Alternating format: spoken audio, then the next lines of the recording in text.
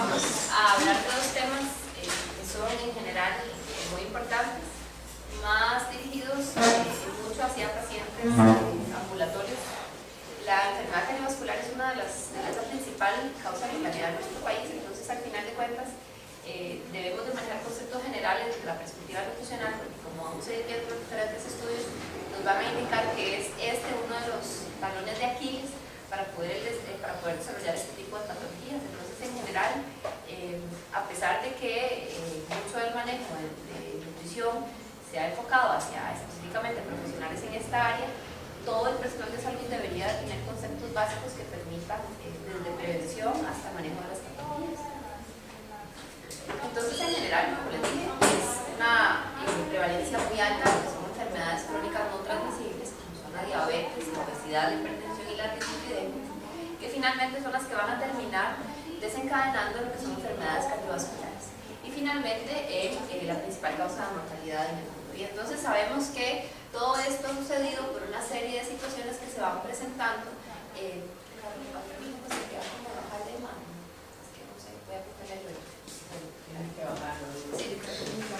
Johnny.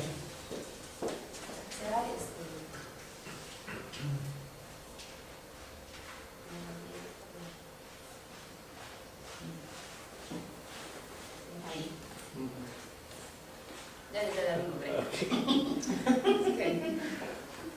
No había visto el control. Ok, entonces este tipo de patologías pues, básicamente están más relacionadas, pues por supuesto que con un factor de herencia y evidentemente ahora, gracias a todas las mejoras desde la perspectiva de los sistemas de salud, tenemos una vida mucho más larga, entonces tenemos chance de desarrollar este tipo de patologías. Además que todas las facilidades como el control, que no me toque mover hasta allá, o encargarme la silla y bajar esto, ¿verdad? Hace que la gente sea mucho más sedentaria y que evidentemente tenga mucho más problemas de obesidad. La última encuesta nacional de nutrición habla en que en nuestro país el 64% de la población tiene algún grado de sobrepeso o obesidad, eso es mucho más de la mitad. Y nosotros somos un país en realidad no tan crítico con estas situaciones. Por ejemplo, en Estados Unidos la situación va a cerca del 80% de la población, ¿verdad? Entonces, al final de cuentas, todo esto va a hacer que la gente en este momento quiera invertir en una serie de campañas en contra de este tipo de enfermedades. Por ejemplo, si uno viaja a Nueva York y demás, todo el metro está casi que empapelado, donde se recomienda que no consuman bebidas azucaradas desde los niños, y es una de las campañas, digamos, dirigidas específicamente a la población pediátrica, para poder evitar este tipo de epidemia ya en edades adultas. Entonces, como enfermedades cardiovasculares, vamos a hablar específicamente de la cardiopatía isquémica, ¿verdad? Que se va a presentar sobre todo en arterias coronarias, se va a presentar clínicamente como angina de pecho, infarto agudo del miocardio, enfermedad vascular cerebral, predominan arterias carótidas y cerebrales que van a dar ataques isquémicos transitorios, que son muy frecuentes en la población geriátrica, y infartos cerebrales, que se ven bastante frecuentes. Y las enfermedades vasculares periféricas, como las angiopatías obstructivas a nivel de extremidades, isquemias mesentéricas y nefropatías vasculares. Evidentemente, todo este tipo de patologías pues, van a requerir posteriormente el abordaje ya, digamos, que nos va a permitir desde la perspectiva nutricional mejorar resultados de los pacientes, pero lo ideal es lograr la prevención en este tipo de cosas. Entonces, el principal problema, o fisiopatológicamente hablando, el mecanismo principal va a ser la aterosclerosis, que lo que vamos a ver es que hay un depósito de líquidos a este nivel, a nivel de la capa íntima de las arteriolas, y además hay una serie de elementos celulares como monocitos, macrófagos y linfocitos que van a provocar una serie de alteraciones metabólicas en el músculo liso de la arteria, y entonces a partir de aquí es cuando se van a empezar a producir digamos una disminución de la luz arterial o venosa, y a partir de aquí entonces vamos a empezar con problemas isquémicos y finalmente con necrosis y infartos y necrosis de las diferentes áreas. Hay una serie de elementos bioquímicos involucrados, por ejemplo el óxido nítrico, que ahora también vamos a hablar un poco de algunos de los tratamientos que se están utilizando desde la perspectiva de inmunonutrición y de farmaconutrición. El óxido nítrico como principal precursor tenemos la L-arginina, y en algunas ocasiones cuando hay deficiencias de algunas enzimas, más bien este óxido nítrico nos va a llegar a producir radicales libres que van a ir produciendo algunas lesiones en la pared de las arterias y que nos van a producir pues mayor proceso inflamatorio y finalmente más acúmulo plaquetario y trombos que van a favorecer el desarrollo de enfermedad cardiovascular. Pues por supuesto que el colesterol, de lo que vamos a hablar un poco más adelante, el LDL específicamente va a ser el que más va a tender a acumularse a nivel de la íntima y nos va a producir mayor problema. Algunos defectos enzimáticos pues también van a estar asociados con este tipo, receptores de membrana que van a producir más inflamación. Actualmente se está hablando de algunos aminoácidos azufrados que también están interactuando en y uno de los más estudiados que es la homocisteína, que es en el que nos vamos a detener un poquitito. La elevación de la homocisteína básicamente es un factor de riesgo independiente de la enfermedad cardiovascular. Es un aminoácido que está sintetizado a partir de la metionina. La metionina, la principal fuente de metionina son las carnes rojas y por eso es que en general ahora se ha satanizado tanto y se ha dicho que produce mucha enfermedad cardiovascular, y en el último informe de la OMS hablaba de no solo enfermedad cardiovascular sino también de cáncer de colon y de cáncer de mama, que tampoco esto ha sido algo novedoso en realidad para los que estamos acostumbrados a revisar cosas sobre nutrición, sino que prácticamente ya hay suficiente evidencia científica como para que sea, digamos, a nivel mundial ya algo generalizado.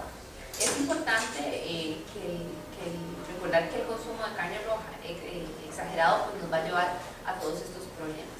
En general, hay una serie de factores que nos va a producir una hiperhomocisteinemia, por ejemplo, edad, por ejemplo, los hombres producen más homocisteinemia que las mujeres, también el consumo elevado de algunos tipos de carnes rojas y algunos déficits enzimáticos que son meramente hereditarios. Muchos de esta elevación pues, va a estar asociado a un déficit de vitamina B6, B12 y ácido fólico. Por eso, en casos en que uno no logre con intervención dietética corregir esta homocisteinemia elevada, pues entonces vamos a tener que empezar a utilizar algún tipo de tratamiento. Y el tratamiento básicamente es la aplicación de ácido fólico, de vitamina B6 y de vitamina B12 en esas dosis específicas que están ahí. Entonces, al final de cuentas, vamos a ver que corrigiendo algunas deficiencias nutricionales, pues vamos a lograr también participar en el manejo de la enfermedad cardiovascular y de la población. Bueno, como dijimos, la fisiopatología básicamente va a tener relación con la formación de una placa de ateroma, y vamos a ver que lo primero que se va a dar es una lesión tisular por las diferentes radicales libres y demás. Posteriormente vamos a tener una destrucción de ese tejido con la consecuente necrosis, liberación de enzimas y algunas aminas que también van a afectar ahí, hormonas que van a estimular el crecimiento de células alteradas, ¿verdad? Y acúmulo anormal de algunas células como las que vimos anteriormente, linfocitos y monocitos. También hay detritos y algunas partes de plaquetas y este tipo de cosas que van a provocar la obstrucción, y por supuesto que el acúmulo de lípidos en la capa íntima de la arteria nos va a llevar a un proceso finalmente de saponificación, y este proceso de saponificación lo que va a lograr es que se haga una lesión que disminuya el volumen arterial. Por otro lado, vamos a ver cómo el ateroma va a llevar a esta obstrucción de la luz que les estaba hablando, y finalmente esa obstrucción en una parte de la arteriola va a provocar turbulencia a la hora en que pasen los fluidos, que va a empeorar la lesión todavía, y entonces va a haber un proceso normal de depósito plaquetario, y este proceso va a llevar a una obstrucción por formación de trombos que finalmente va a terminar en un infarto. Entonces, al final de cuentas, la fisiopatología va a iniciar básicamente en la formación del proceso de ateroma, que es, digamos, en donde la nutrición pues, va a poder tener un impacto mayor previamente hablando. Básicamente, estos son, digamos, los lípidos que vamos a encontrar a nivel sanguíneo, las lipoproteínas, como la VLDL, que es la de muy baja densidad, la IDL, que es la de densidad intermedia, la EDDL, que es la de baja densidad, y la HDL, que es la de alta densidad. Entonces, los kilobictones son triglicéridos en la dieta, básicamente. Tienen heterogeneidad positiva, pero no es una heterogeneidad tan marcada, porque básicamente lo que van a empezar es el proceso. Las VDL van a ser también por triglicéridos endógenos y por estrés del colesterol, pero el problema es que son heterogénicas básicamente cuando se convierten en LDL, que es la que tiene mayor potencial heterogénico. Las IDL son heterogénicas también al convertirse en LDL, y las HDL más bien son anti-heterogénicas. Entonces básicamente son las que nos van a ayudar a limpiar. Entonces, a partir de aquí es lo que tenemos que tener muy claro de cuáles son los mecanismos que nos van a favorecer la formación de una o de otra y la formación de placa de ateroma. Entonces, esa heterogenicidad va a depender propiamente de la composición de la lipoproteína y de la función metabólica que esta lipoproteína va a tener. Entonces, por ejemplo, con respecto a la LDL, que es la más heterogénica, nos va a producir un aumento de ApoC100, que es una proteína, y específicamente de la lipoproteína, que es un factor de riesgo específico para el desarrollo de enfermedad coronaria. En muchas ocasiones vamos a encontrar padecimientos genéticos que son, por ejemplo, hipercolesterolemia familiares. Y esto no es tan anormal en nuestro medio. Entonces es frecuente que usted encuentre un paciente que tenga hábitos de vida adecuados, que haga ejercicio, que tenga una dieta adecuada, pero que el colesterol esté muy elevado, y es secundario a este tipo de cosas que usualmente están relacionados con alteraciones genéticas asociadas a deficiencias enzimáticas. El HDL, por el contrario, como dijimos, es un factor protector, y van a haber algunas características que lo van a incrementar, como el ejercicio, la terapia de reemplazo estrogénico. Las mujeres por los estrógenos tenemos un factor protector, y la disminución de peso, que es bastante significativo en este caso. Existen también otros factores que contrariamente los van a aumentar. Por ejemplo, tenemos la obesidad, el sedentarismo, el tabaquismo, los factores anabolizantes y algunos fármacos, como los progestágenos orales, que es frecuente ver en las pacientes que más bien van a producir disminución de los HDLs, bloqueadores alfa-adrenérgicos. La hipertrigliceridemia también va a favorecer una disminución del HDL, y factores genéticos, que hay pacientes que practican ejercicio, que tienen una buena dieta y que no logran elevar el HDL, y básicamente es relacionado a este tipo de situaciones. El colesterol total también está asociado de forma directa a lo que sería el riesgo coronario, porque el 60 al 70% va a viajar unido a LDL, entonces básicamente se va a asociar mucho a eso. Y del 20 al 30% unido al HDL, o sea, es la menor cantidad, solo de un 10 a un 15% a un VLDL, que finalmente también se va a convertir en LDL y nos va a producir más heterogénesis. Entonces, algunos de los alimentos ricos en colesterol van a ser siempre los de origen animal, ¿verdad? En algunas ocasiones se dan recomendaciones a los pacientes de disminuir alimentos de origen vegetal para disminuir el colesterol total, y al final de cuentas eso no va a ser funcional, ¿verdad? Porque los alimentos que son ricos en colesterol son los de origen animal, los de origen vegetal no contienen colesterol.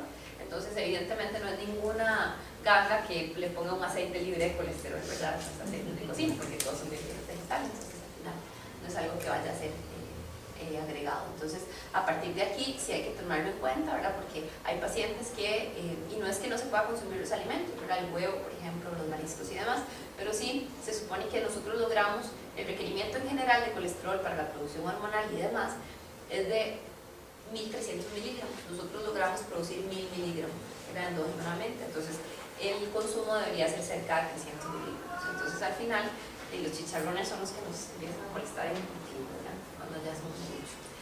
Con respecto a los triglicéridos, hay algunos artículos que hablan de controversia con respecto al mecanismo que va a producir la heterogénesis, porque en general los triglicéridos no se ha especificado de qué forma van a afectar, pues sí están relacionados a pancreatitis, a otro tipo de patologías, pero no directamente a los procesos heterogénicos.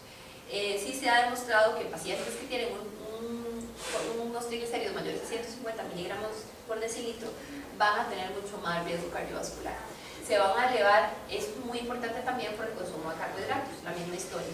Pacientes con hipertrigliceridemias, en otras ocasiones les quitamos, bueno, no coma mantequilla, no coma manteca, o sea, al final de cuentas los triglicéridos se van a formar a partir de carbohidratos. Entonces, en general, los carbohidratos y la dextrosa proveniente del alcohol es lo que más van a favorecer. Entonces, los pacientes que son tomadores de alcohol crónico y demás, vamos a ver que sobre todo lo que van a tener es este tipo de patología en lipidemias y hipertrigliceridemias. La obesidad, la diabetes mellitus, el hipertiroidismo y las insuficiencias renales crónicas, pero por sí ya por diferentes metabolismos y sobre todo por acción de la homocisteína, van a tener lipidemias, y de hecho es la principal causa de mortalidad y insuficiencias renales crónicas, ¿verdad? Y esto es uno de los datos más importantes. Cuando uno se va a hacer un perfil de lípidos, siempre le dicen, mira, el ayuno de 12 horas, etcétera, etcétera. Se ha demostrado que la elevación postprandial de los triglicéridos tiene mayor factor pronóstico que la medición en ayuno. Entonces, al final de cuentas, no deberíamos de necesitar ayuno para hacer un perfil de lípidos, y lo que vamos a medir es triglicéridos. Con el colesterol es diferente, el triglicéridos. Aquí están los valores y las concentraciones deseables. Vamos a ver que el colesterol lo ideal es menos de 200. entre 200 y 239 el limítrofe y más de 240 podemos considerarlo elevado. La LDL menor de 100 es lo que uno quisiera tener, entre 100 y 129 es subóptimo, entre 130 y 159 el límite alto y mayor de 160 ya se considera elevado y más de 190 pues es muy elevado, pero lo ideal es que nosotros logremos empezar a hacer intervenciones desde aquí. El HDL, lo ideal es tenerlo más de 150, que eso es complicado de llegar, casi que en atletas de alto rendimiento, pero por lo menos mayor de 60 ya implica un factor protector. En hombres es mucho más importante que en mujeres porque no cuentan con la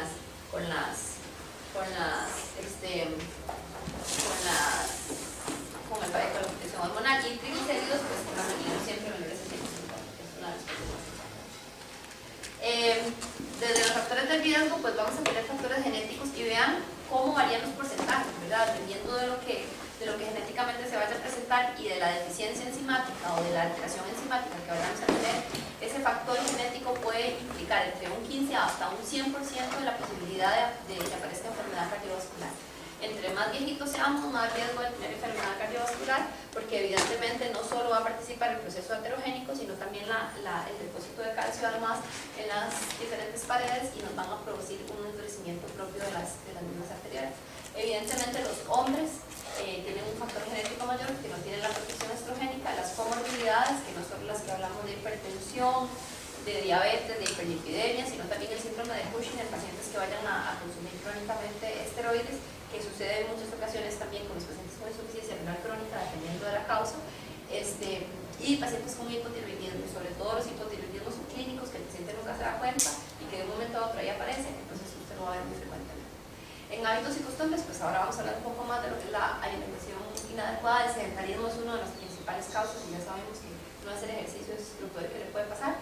Y el tabaquismo en general, que gracias a Dios y a una serie de campañas y a las prohibiciones, pues en general es uno de los factores que va a ir más, digamos, en detrimento en la población, por lo menos costarricense.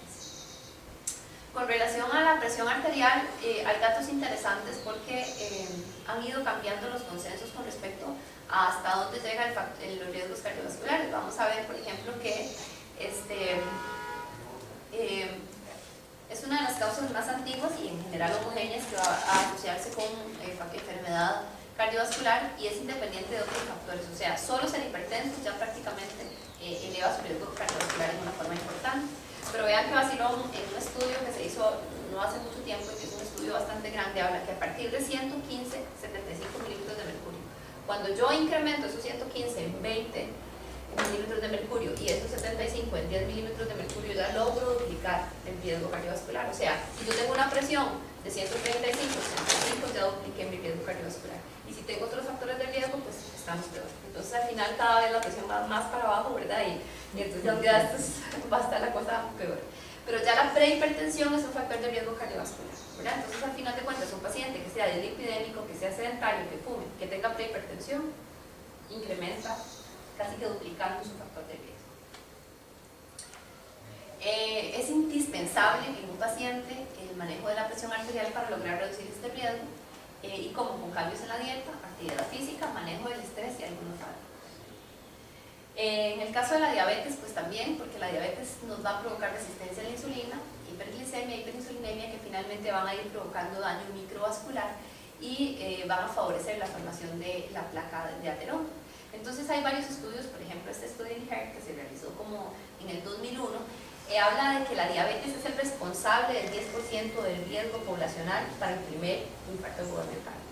Y eso lo vemos pues, frecuentemente en los hospitales, ¿verdad? Diabetes, infarto, frecuente.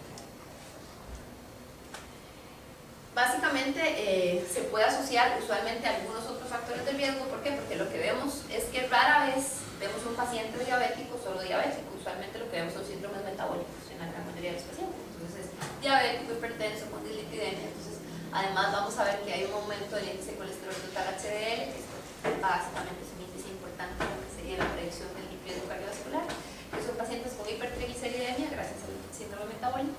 Elevan fibrinógeno plasmático que va a producir su secundario del daño vascular que ya tienen, como les decía, hipertensión y obesidad, como componentes del mismo síndrome metabólico que finalmente van a producir mucho más daño microvascular. El problema es que cuando usted no logra alcanzar las metas para diabetes, va a tener aterosclerosis temprana. Entonces, inician con problemas sobre todo a nivel periférico. Entonces ya vamos a tener amputaciones y todo este tipo de patologías que al final de cuentas van no solo a empeorar la calidad de vida del paciente, sino a elevar significativamente los costos en salud. Entonces un paciente con diabetes tiene 5 veces más riesgo que un paciente no diabético.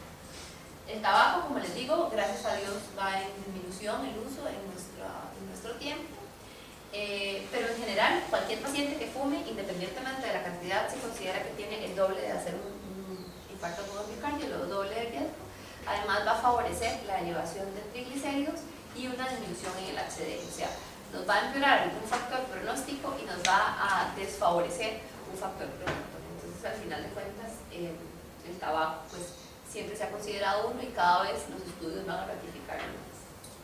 Entonces se han hecho una serie de investigaciones para el tratamiento y para la incidencia en general de este tipo de patologías, y eso más o menos tiene 100 años de estarse pensando, ¿verdad?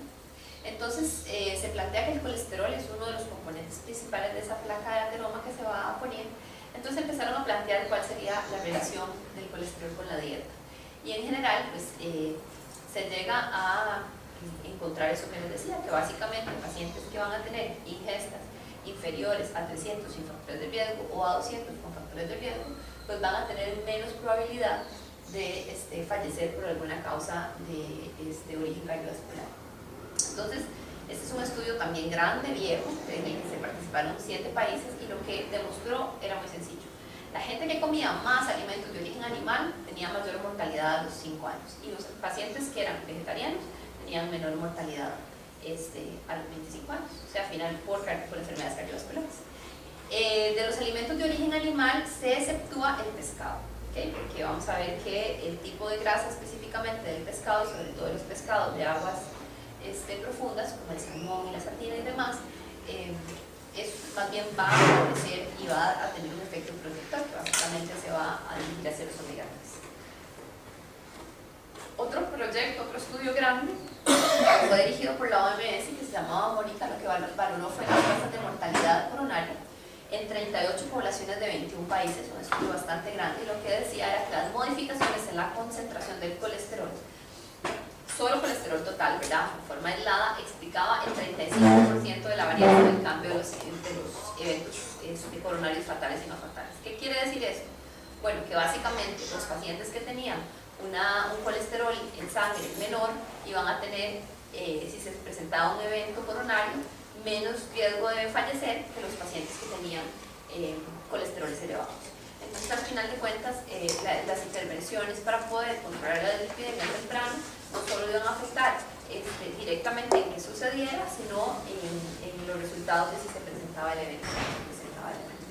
El estudio Framingham, que es uno de los más también viejos y más conocidos, habla de las relaciones entre colesterol plasmático, hipertensión y tabaquismo, y sencillamente los establece como factores de riesgo mayores para enfermedad coronaria, ¿verdad? Entonces, este es uno de los estudios que se dio ahí como a inicios de los 2000, bastante grande, y lo establece ya bastante bien.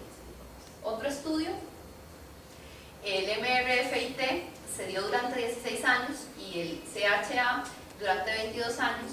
Básicamente lo que hicieron fue evaluar los riesgos relativos para la edad en hombres y en mujeres específicamente, y lo que se demostró fue que normotensos, no fumadores y colesterolémicos, digamos, por decirlo de alguna manera, tenían una expectativa de vida mayor. Y vean que en realidad no es nada despreciable. Para hombres casi 10 años más, ¿verdad? 9 años y medio, y para mujeres 5.8 años más, ¿verdad? Entonces este tipo de cosas hay que tomarlo en cuenta.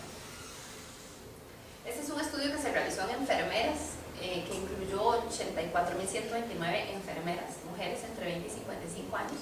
El estudio duró 14 años y se demostró que las mujeres que hacían ejercicio, que no fumaban y que tenían un IMC dentro de rangos normales y con una dieta saludable, tenían muchos menos eventos cardiovasculares.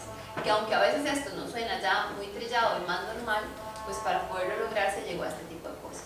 Este estudio también arroja datos interesantes ahora que hablábamos del turno de la noche, y que dice que la gente que hace turnos de la noche y guardias tiene mucho más riesgo de padecer obesidad, porque hay alteraciones en el cortisol, porque hay también algunas afectaciones directas de hormonales, y entonces al final asocian con un porcentaje bastante alto, superior al 70% para la gente que hace, digamos, turnos de la noche. Otro estudio, que es el estudio de Oslo, en el que participaron 1.232 hombres entre 40 y 49 años. Todos tenían riesgo elevado de enfermedad coronaria, y entonces lo que se hizo fue nada más agarraron un grupo y le dieron un consejo nutricional, y al otro le dijeron, para lo que le da la gana, vaya como quiera. Y eso demostró, solo con control nutricional, que se logró disminuir un 47% de infartos agudos de miocardio y muerte súbita. O sea, es muy alto, ¿verdad? Entonces, en general, para la prevención de las enfermedades cardiovasculares, lo que uno debería promover es el consumo de una dieta adecuada. Ahora vamos a hablar un poco de eso. Alcanzar y mantener un peso corporal saludable. Hay estudios que tienen datos interesantes al respecto, porque parte de lo que dicen es que una de las cosas que más va a afectar cardiovascularmente es subir y bajar de peso. Entonces, que la gente debería mantener un peso estable, digamos. Pues por supuesto que ojalá sea dentro de un índice, pero la gente que tiende a hacer dietas en las que bajan 10, 15 kilos y en 3 meses otra vez sube y otra vez baja, tienen más lesión a nivel vascular que los pacientes que mantienen un peso estable. Entonces hay que tener un poco de cuidado. Si usted va a bajar, pues intentar mantenerse en eso. Desalentar la parte del tabaquismo y el manejo de enfermedades de alto riesgo cardiovascular. Entonces el plan de alimentación va a ser modificado en lípidos. Ahora vamos a ver a qué nos referimos con eso. Lo ideal es que sea, vamos a ver que el tipo de lípidos que hay que consumir, sobre todo deberían de ser poliinsaturados y monoinsaturados. Alcanzar y mantener ese peso, incrementar la actividad física, el consumo de frutas y verduras, que es una de las cosas que uno ve más frecuentemente en las consultas con los pacientes. La gente no come frutas y no come verduras, ¿verdad? Entonces al final de cuentas aprende ya cuando tiene alguna situación específica. Y el incremento del consumo de fibra soluble, que es otra de las cosas más complicadas en nuestro medio, ¿verdad? Algunas vitaminas han demostrado un efecto antioxidante, y eso es una de las cosas que cada vez se está estudiando más. Por ejemplo, la vitamina C, no sé si han escuchado que ya hay lugares incluso que ponen megadosis de vitamina C, que las ponen intravenosas y la usan en pacientes con cáncer y demás. Hay bastantes estudios ahí. Todavía por la cantidad de pacientes no ha sido nada contundente, pero tiene, digamos que, buenas expectativas. La vitamina E, el complejo B en general, que ya vimos que va a ser un factor de riesgo protector de heterogénesis, el uso, igual que el uso de ácido fólico. Y la utilización de esteroles vegetales, de fitoesteroles. Por eso prácticamente se estimula el consumo de proteína de soya. Eso es una de las cosas que más se estimula para poder mejorar esta parte, sobre todo en las mujeres ya posmenopáusicas. Limitar el consumo de sodio, esto ya tiene estudios bastante interesantes. ¿Por qué? Porque en hipertensión específicamente, uno lo ve en el hospital, pacientes con hipertensión de una vez le ponen dieta hipostónica, y en realidad eso no es, digamos, correcto. No todas las hipertensiones como tal responden a restricciones de sodio, solo como un 30%.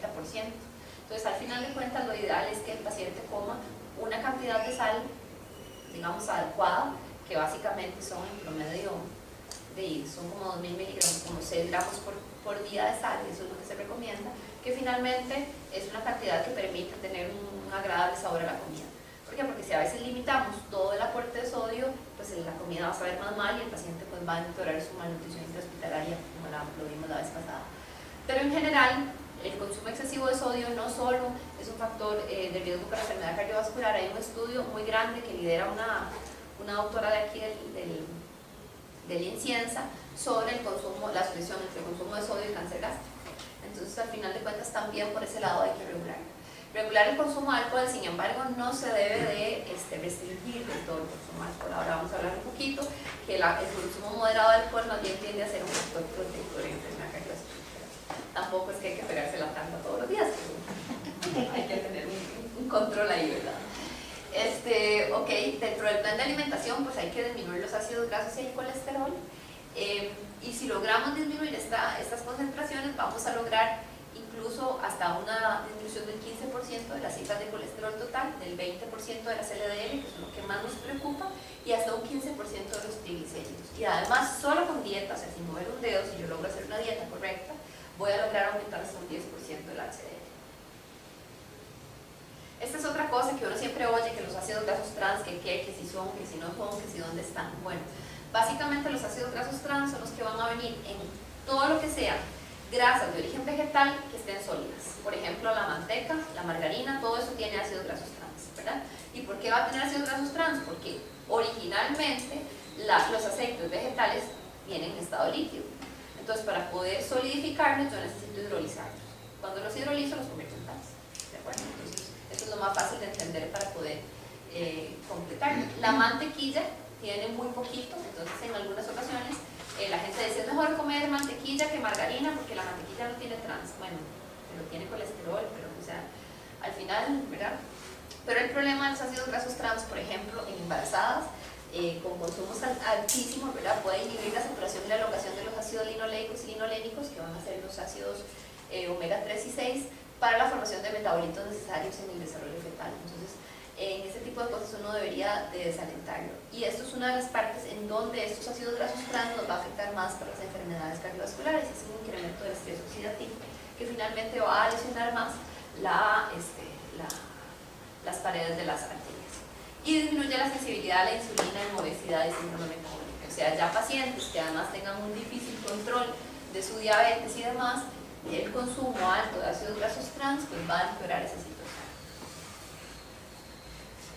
Entonces, lo que deberíamos de intentar cuando tenemos una hipercolesterolemia es disminuir algunos de los alimentos ricos en colesterol, por ejemplo, como la yema de huevo, los mariscos, las vísceras son de los más, la carne roja en general va a tener mucha cantidad de colesterol. Y como les decía, la recomendación para pacientes que no tengan ningún problema de colesterol es menos de 300 miligramos por día, pero en pacientes que ya tengan una hipercolesterolemia, sea familiar o sea adquirida, pues no más de 200 miligramos por día.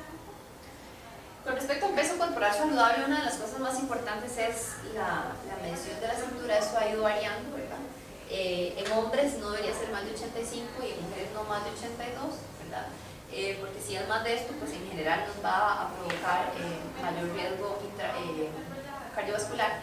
Pero en general se ha demostrado que el incremento de la grasa visceral en general es el que tiene mayor riesgo. Entonces, por eso cuando uno va y le hace un análisis de composición corporal con un aparatito como el que vamos a ver la próxima semana, que ya confirmaron que lo traen, es muy interesante porque ahí a usted le van a decir específicamente cómo está acumulada su grasa, ¿verdad? Entonces, si usted tiene una gran cantidad de grasa intravisceral, pues tiene más riesgo de una enfermedad cardiovascular que, por ejemplo, la distribución típica de las mujeres, que es más hacia cadera, ¿verdad? Digamos, como la distribución tipo pera tiene menos riesgo cardiovascular que el tipo manzana, que es la más frecuente en los hombres. Pero en general se ha demostrado que si yo logro disminuir mi grasa corporal y tengo un IMC mayor a 25, independientemente de lo que sea, yo voy a tener un efecto protector. Y si esa disminución de la grasa corporal se asocia con una reducción entre 5 y 10 centímetros de la cintura, el factor protector se va a duplicar. Y por supuesto que va a ser mucho mejor si logro descender los niveles plasmáticos de colesterol y de LDL. Entonces, en general, por esto es que la actividad física viene a ser importante. En muchas ocasiones volvemos a lo mismo. Si yo logro bajar con dieta, yo no solo voy a perder grasa, voy a perder también masa muscular. Si yo hago una adecuada dieta y ejercicio, voy a preservar mi masa muscular y voy a bajar grasa. Entonces es lo que yo, digamos, pretendería en este tipo de pacientes, lograr una disminución en lo que sería la grasa propia en general. Y el problema es que la gente a veces dice, bueno, voy a ir y solo voy a hacer abdominales porque lo que quiero es bajar grasa de panza. Eso no funciona así, ¿verdad? O sea, la grasa se desprende, como decir, por capas. Entonces, evidentemente, la grasa que se acumula, digamos, se va a ir desacumulando en forma paulatina. Y no es que si yo hago ejercicio más en las piernas, voy a tener menos grasa en las piernas. Probablemente voy a tener más masa muscular en las piernas, pero no menos grasa, porque el acúmulo es de acuerdo a lo que genéticamente estamos programados para que nos acumule, ¿verdad? Eso es importante. Entonces, si logro incrementar mi actividad física, voy a bajar los triglicéridos y el LDL y voy a aumentar el HDL, que ese es el objetivo del ejercicio físico. ¿Cuánto? Bueno, según la OMS, para que uno sea físicamente activo necesita 4 horas a la semana. Alguien que haga menos de eso no es físicamente activo, sigue siendo sedentario, ¿de acuerdo? Entonces, es una de las cosas, sí. Una pregunta, en lo que es actividad física, digamos, la sudoración depende de la cantidad que uno da, No. porque he visto que hay gente que suda demasiado y casi no sudo nada. No, eso no tiene nada que ver. O sea, de hecho, si usted quisiera, digamos, como llevar un control, lo ideal es que sea con frecuencia cardíaca. Digamos, por ejemplo, con estos Polar o con ¿verdad? Ese tipo porque ahí sí, con la frecuencia cardíaca y tomando en cuenta su frecuencia cardíaca basal, mantenerse entre cierto, digamos, entre cierto rango, entonces ahí sí le va a decir a usted, bueno, en este periodo luego igual, digamos, los periodos iniciales son de calentamiento, luego hay un periodo en el que usted va a disminuir más grasa, pero hay gente que, es más, hay gente que tiene hiperhidrosis, entonces estando aquí sentada le chorrean así, ¿verdad? Y nada más. Y hay otra gente que puede ir y hacer una maratón y la cantidad de sudor nunca va a llegar a la otra sentada por el hiperhidrosis. Porque en mi caso, digamos, lo que me suda es la cabeza, o sea, yo que encuentro un no papá, pero yo digo, ¿para qué voy a llevar? Es que la gente cree que si yo sudo, pierdo grasa y eso no tiene nada que ver. ¿Sí? Yo, bueno, tal vez, yo fui obeso mórbido, ¿verdad? Y bueno, yo bajé haciendo dieta y ejercicio. Mi pregunta es, ¿por qué dentro de la caja todavía los médicos, yo soy terapeuta respiratorio, por qué los médicos siguen con el peso, la altura y no con el índice de grasa? Porque hoy por hoy yo pues tengo mucho peso, pero no tengo un índice de grasa más de 25.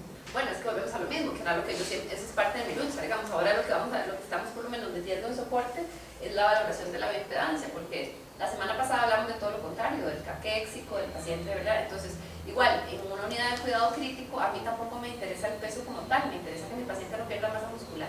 Y en este caso que usted está hablando, la valoración nutricional no se puede dirigir a un peso, nunca, porque un peso es un número aislado. Y yo les puedo traer aquí un hombre con un índice de masa corporal en 30 y es un fisicoculturista, un porcentaje de grasa en 7. Y les puedo traer un paciente con un índice de masa corporal en 30 y tiene 30% de grasa, y es un gordito, ¿verdad? Entonces, al final de cuentas, el peso solo no tiene nada que ver, igual que el índice de masa corporal. Y el índice de masa corporal a lo que nos refiere, a lo que nos habla es de la relación entre lo que usted pesa y lo que usted mide. Entonces, no son datos aislados. Eso es un concepto errado de la caja, digamos, que en realidad yo lo que siento, mire, y es que es parte de lo que estamos hablando y es, digamos, de lo que yo siempre peleo. De lo que primero se mueren en el país es enfermedad cardiovascular. Solo existen dos maneras para poder controlar la mortalidad por enfermedad cardiovascular. Y una es educación nutricional y la otra es educación en actividad física. ¿En cuántas áreas de salud? No sé cuántos trabajan en áreas de salud. Hay nutricionistas. Yo trabajé en Acerví, que es un área de 72.000 habitantes. No hay una nutricionista sola. Doctora, pero eso, digamos, y en eso lo voy, porque digamos, yo sí trabajo en unidad de cuidado crítico. Y yo cuando comencé hace 15 años, yo veía cuando el paciente se desgastaba, claro, era mucha pérdida de masa muscular y después la grasa. Y teníamos los pacientes más en acidemias, en afectoseosis y todo el asunto. Hoy en día, yo veo que el paciente entra, lo extubamos, sigue igual. O sea, casi no pierde nada. Yo no sé si es que están mal calculadas las alimentaciones parenterales o qué, pero no se ve nada que se desgastan y que perdió. Es relativo, dependiendo de lo que usted vea. Porque el problema es que usted puede ver que no perdió peso, digamos. Pero probablemente si usted evalúa masa muscular, usted sí va a ver una diferencia significativa. Porque, digamos, básicamente lo que hablamos la vez pasada es que cuando hay estrés metabólico, lo que yo más consumo es la parte proteica, ¿verdad? Porque se activa una serie de ejes. Entonces, a veces uno no ve pérdidas de peso, digamos, tan notorias, pero sí hay pérdidas de masa muscular. Y cuando son internamientos prolongados, no sé si alguna de los que trabajan, no sé quién alcalde se acuerda, pero hace un tiempo trasladaron desde México a un chiquillo que peleaba. ¿Usted se acuerda? Bueno, el chiquillo es una historia trágica ahí, porque era un chiquillo ahí medio tonto, que peleaba aquí bien, y yo no sé bien de boxeo, pero digamos que él era peso mosca y el que sigue es peso pluma, no sé, ¿verdad? O algo así era. Entonces, como que él se fue a pelear en peso mosca. Y entonces allá le dijeron, bueno, si usted pelea en esta pelea que sigue, el que es el peso el que sigue, digamos que es peso pluma, y termina la pelea, le pago $3,000. Lo van a matar, porque obviamente es un tipo mucho más pesado que usted, pero termine la pelea. Entonces el chiquillo terminó la pelea, y cuando llegó vomitaba un proyectil, y eran hemorragias intracerebrales y demás, y allá se jodió y gastó un montón de plata, y aquí hasta la extra hizo una campaña para pagar y traerlo en ambulancia aérea, y etc. La historia termina en que el papá nos va a buscar a nosotros a soporte para decirnos que es que el chiquito ha perdido mucha masa muscular, ¿qué vamos a hacer? Si ya el chiquillo había quedado más tostado, ¿verdad? Entonces obviamente muy difícil que nosotros podamos hacer algo. Entonces le decíamos, bueno, primero hay que buscar un terapista físico, porque si usted no hace ejercicios de resistencia, nunca va a mejorar masa muscular. Luego el chiquillo ya propiamente por su condición y por la poca movilidad se va a ir atrofiando. Entonces es una parte complicada. Sí existen métodos, pero además nosotros, por eso es que estamos mandando a comprar el bioimpedanciómetro, porque nos va a permitir decir, si este paciente va bien, pero la masa muscular no, tenemos que intervenir. El peso no ha perdido, pero la masa muscular sí. Entonces, y uno puede hacer cualquier bioimpedaciómetro, que es el que si va a venir la otra semana para que ustedes lo conozcan, es un bioimpedaciómetro que puede utilizarse en un paciente encamado, que eso tampoco es tan fácil, porque los de los gimnasios usted se para, ¿verdad? Y demás. Y hay otros muy evolucionados como el 720, que usted también se para y haga, pero eso no nos sirve para los pacientes. Entonces, finalmente, la parte en general, digamos, de análisis nutricional tiene que ir mucho hacia composición muscular, hacia composición corporal, y en eso usted tiene toda la razón. En muchas ocasiones, por ejemplo, en los EVAIS, nos interesa un índice de masa corporal que nos clasifica al paciente en obesidad grado 1, 2, 3, normal o de nutrientes, y eso es todo. Y ese índice de masa corporal solo no dice nada. Porque como les decía, puede ser un paciente que tenga un índice de masa corporal en 23, normal, con un porcentaje de grasa corporal voladísimo. Y es un obeso, escondido, ¿verdad? Entonces, es un flaco gordo. Un flaco gordo. Exactamente. Sí, no, y eso es parte de lo que, como un día de estos que estaban mandando un chiste que decía que flaca es una mujer que pesa 50 kilos y coma lo que le dé la gana.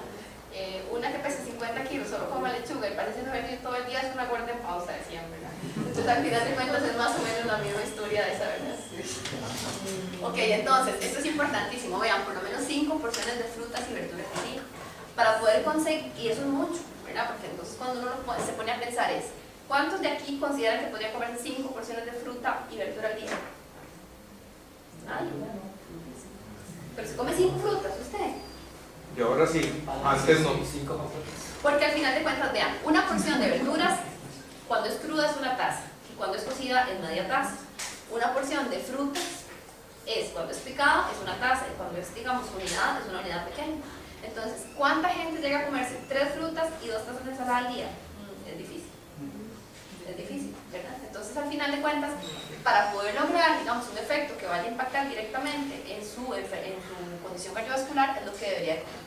Entonces, si logramos hacer esto, se va a reducir la obesidad, hay mucha más saciedad, porque además el aporte de fibra de las verduras y de las frutas va a producir más saciedad, y además yo necesito más calorías para despedazar los enlaces que están en ese tipo de alimentos que en otros que son mucho más procesados. La cantidad de antioxidantes que me van a dar son increíbles para ayudarme a fortalecer también lo que es las venas, alto contenido de agua, que ya esto es importante porque además la dieta típica del tico no consume agua, y además tienen, lo que les digo, una baja cantidad de energía, o sea, nos van a aportar pocas calorías para la porción, digamos, que uno puede consumir. Esta es otra de las cosas que nadie alcanza, que son de 20 a 30 gramos de fibra por día, ¿verdad? Entonces, ¿por qué no se alcanza? Porque para llegar a 20 a 30 gramos de fibra por día hay que consumir más o menos 5 porciones de frutas y verduras, y eso difícilmente lo llegamos. Y lo ideal es que sean entre 10 y 25 gramos de fibra soluble. La fibra soluble la vamos a encontrar mezclada en este tipo de alimentos, que son los integrales, pero también la vamos a encontrar en el banano como inulina, en la manzana como peptina, ¿verdad? En general en lo que sea. Y cuando logramos consumir esto se va a reducir el LDL. Entonces en muchas ocasiones vemos que también a los pacientes que están con hipercolesterolemia les dan omega 3 aparte y les mandan fibra soluble, ¿verdad? Porque este es el efecto que queremos. Ok, entonces el consumo de antioxidantes, vamos a ver que es muy importante si consumimos frutas y verduras, sobre todo cítricos y cereales adicionados, y sobre todo los integrales. Cada vez la obesidad se relaciona más con procesos de refinamiento de alimentación. Entonces, entre más repostería, entre más panes que no estén, que no sean integrales consumamos, nos vamos a comer más harinas refinadas con mayores problemas, y en general hay más proceso de lesión a ese nivel. La suplementación con ácido fólico y la vitamina que ya lo hablamos un poco. La proteína de soya, lo ideal es 25 gramos al día, ¿verdad? Que logra reducir el LDL hasta un 5%, y se asocia a una dieta baja en ácidos grasos. La proteína de soya no es tan fácil consumirla porque no a todo el mundo le gustan los productos de soya, ¿verdad? Pero en general la linaza también va a aportar fitoesteroles y este tipo de cosas, y uno puede colaborar con los procesos, y sobre todo tomarlo como un medicamento cuando tiene algún tipo de hiperlipidemia. En los colesteroles, los colesteroles vegetales, como les decía, la soya es importante, el aceite de pino, que aquí no se consume mucho, en otros lugares también, lo que logran es reducir el colesterol plasmático. Lo que hay que tener cuidado es que reduce la absorción de carotenoides, entonces en general la soya con frutas o con zanahoria cerca pues nos va a desfavorecer esto. Esto es lo que les decía, el consumo moderado de alcohol es un factor protector, ¿okay? Y eso es una de las cosas más importantes, si no es que moderado sea 4 veces a la semana, ¿verdad? Entonces, en general, no solo el vino, porque la gente dice es que es vino tinto, bueno, no necesariamente, el vino tinto además tiene algunas otras sustancias antioxidantes que nos van a, como el revesterol, que nos va a ayudar un poco en lo que sería el manejo, digamos, de lo que sería la enfermedad cardiovascular, pero en general cualquier alcohol podría tener estos mismos efectos: aumento de la concentración de HDL, aumento del plasminógeno tisular, una disminución del fibrinógeno, una disminución de la viscosidad del plasma y una disminución de la agregación plaquetaria. Entonces al final, cuando los borrachillos dicen que se están arreglando la sangre, no están tan perdidos, Entonces, en general, lo que se recomienda son 30 gramos por día. Hay estudios que hablan de 3 copas al día, pero en general la recomendación a nivel de la Organización Mundial de la Salud es en mujeres 1 copa al día y en hombres 2 copas al día. O 2 tazas. Así. Discriminación total. Si estuviéramos en París. Bueno, también se puede tomar este vinito, no hay ningún problema. Entonces, estas son las recomendaciones en general de lo que una persona debería consumir: lípidos totales entre 25 y 35% de todo lo que consume, que más o menos son entre 500 y 700 calorías para una dieta de 2000 calorías. ¿Eso cuánto es? Bueno, en general, la mayor parte de este requerimiento se va a alcanzar con la grasa que consumimos para la preparación de alimentos, ¿verdad? Entonces, por ejemplo, si usted come arroz, si le agrega algún tipo de grasa para preparar los frijoles, si hace los maduros fritos, todo ese tipo de cosas van a llegar usualmente en promedio a 400 calorías. El resto, lo recomendable es que se consuma, por ejemplo, en alimentos tipo aceitunas o tipo aguacate o tipo coco, que finalmente se consideran grasas ricas en omega 3, ¿verdad? Y en ácidos grasos poliinsaturados, que es lo que uno quisiera, digamos, que la gente consuma además de eso. Eso es otra de las cosas. La gente no considera ni el aguacate, ni las nueces, ni ninguna semilla, ni el coco como una grasa, y es una grasa de los legumes. Entonces, a partir de ahí hay que tomarlo en cuenta. Lo que pasa es que el tipo de grasa que aporta el aguacate es la que uno desearía, ¿verdad? Los carbohidratos, que es no más de un 60%, que vean que es prácticamente la mitad de lo que comemos en carbohidratos, que la dieta del tico no tiene ningún problema en alcanzar eso, es súper fácil, ¿verdad? Arroz, frijoles, pan, tortillas, pastas, papa, yuca, todo eso se mete dentro de eso. La parte de la proteína son 300 gramos, ¿verdad? 300 kilocalorías, que es un 15% aproximadamente. Eso básicamente nos lo va a dar unas 6 porciones de proteína, ¿verdad? Que básicamente son porciones como de este tamaño para el almuerzo y para la cena, ¿verdad? De carne en general. Y el colesterol, menos de 200 en pacientes que ya tienen hipercolesterolemia, como dijimos, y la fibra de 20 a 30 gramos. Colesterol, recordar que siempre van a estar en alimentos de origen animal. Es así como uno debería distribuir el plato, cosa que es complicado. Vean que prácticamente poco menos de la mitad debería ser frutas y verduras en el día. Los cereales van a ser cerca de un 60% y las leguminosas y los alimentos de origen animal van a ser más de cerca también de un 60%. ¿Por qué? Porque resulta que estas leguminosas son las que se van a unir también dentro de las tablas nutricionales. Las leguminosas se consideran harinas, igual que los cereales. Sin embargo, el aporte y algunas de las mezclas de las leguminosas nos van a dar proteínas completas. Por ejemplo, el arroz es deficiente en algunos aminoácidos que los frijoles nos van a aportar, entonces por eso la combinación de arroz y frijoles nos permite hacer una proteína completa. Entonces, en algunas ocasiones, en los pacientes sobre todo que no tienen capacidad de comprar alimentos de origen animal para el aporte proteico, uno juega mucho con el aporte de leguminosas, ¿verdad? Entonces se considera ahí como. Pues en general, para reducir el riesgo cardiovascular hay que eliminar el azúcar en las bebidas, eso es una de las cosas más importantes. La leche debería ser descremada, es lo que se recomienda. El uso de aceites insaturados. Siempre le preguntan a uno con qué cocinar. Bueno, lo ideal es que sea con aceite de canola. El de soya, por un lado, tiene una protección, pero por el otro lado le va a dar más problema, linaza. el de maíz también, cualquiera de los aceites vegetales, no manteca, ¿verdad? Aderezar con aceite de oliva. El aceite de oliva no se debe usar para cocinar y eso es otra de las cosas que siempre hay que recalcarle a los pacientes, porque el índice en el de ebullición del aceite de oliva es muy alto, digamos. Entonces cuando usted lo calienta hasta que está hirviendo para poder realizar la fritura, se produce una serie de radicales libres. Entonces uno no debería utilizar aceite de soya para cocinar, sí para aderezar, que nos va a aportar ácidos grasos que son positivos. Preferir las margarinas, si va a consumir uno alguna margarina que esté fortificada con fitoesteroles, que ya la gran mayoría viene. Consumir como fuente de grasa, lo que les decía, nuez, almendra, maní, ¿verdad? Los quesos blancos que sean ojalá tiernos, no los maduros, que nos van a producir mayor problema. Con el huevo, no más de un huevo por día, eso es una de las cosas. Siempre se decía que el huevo eleva mucho el colesterol, etcétera, etcétera. Sin embargo, un consumo moderado no nos va a dar mayor cantidad. La cantidad de frutas y verduras, el pescado 2 veces por semana para quien pueda, porque no es una recomendación que se pueda dar en general para todos los pacientes. Eliminar la piel de las aves, que eso sí es importante. La carne deberían ser cortes magros, o por lo menos quitarle a uno la mayor cantidad de la grasa.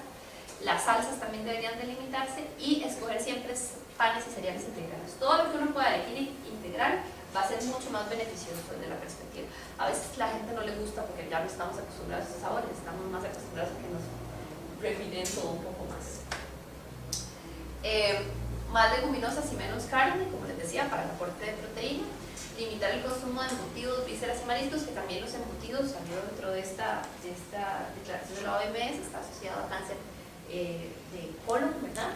Y cáncer de mama. Restringir sal a un consumo normal, ¿verdad? Y el consumo moderado de alcohol, que también es parte de lo que ya vimos. Entonces, para los hombres 2 copitas al día, para las mujeres 1 copita al día. No se vale acumularlo todo para el fin de semana, eso no es posible. Y eso es parte, digamos, de las recomendaciones generales para poder darle a los pacientes en general, sobre todo los que ya los que tienen riesgos o ya tienen algún tipo de enfermedad cardiovascular asociada. No sé si hasta aquí tienen alguna pregunta. Doctora, ¿cuáles son los que se asocian con el cáncer de colon y demás? Todo lo que es carnes y embutidos, carnes rojas. Está asociado acá, y el consumo alto de grasa. No sé si tomamos café y después vemos un poco. Una pregunta. Sí, claro. ¿Qué es que no se puede cocinar con el aceite de oliva? Nada. En realidad no se debe cocinar nada con aceite de oliva. O sea, porque cuando usted pone a hacer frituras, digamos, el aceite de oliva se debe usar para aderezar las ensaladas o ese tipo de cosas. Nunca para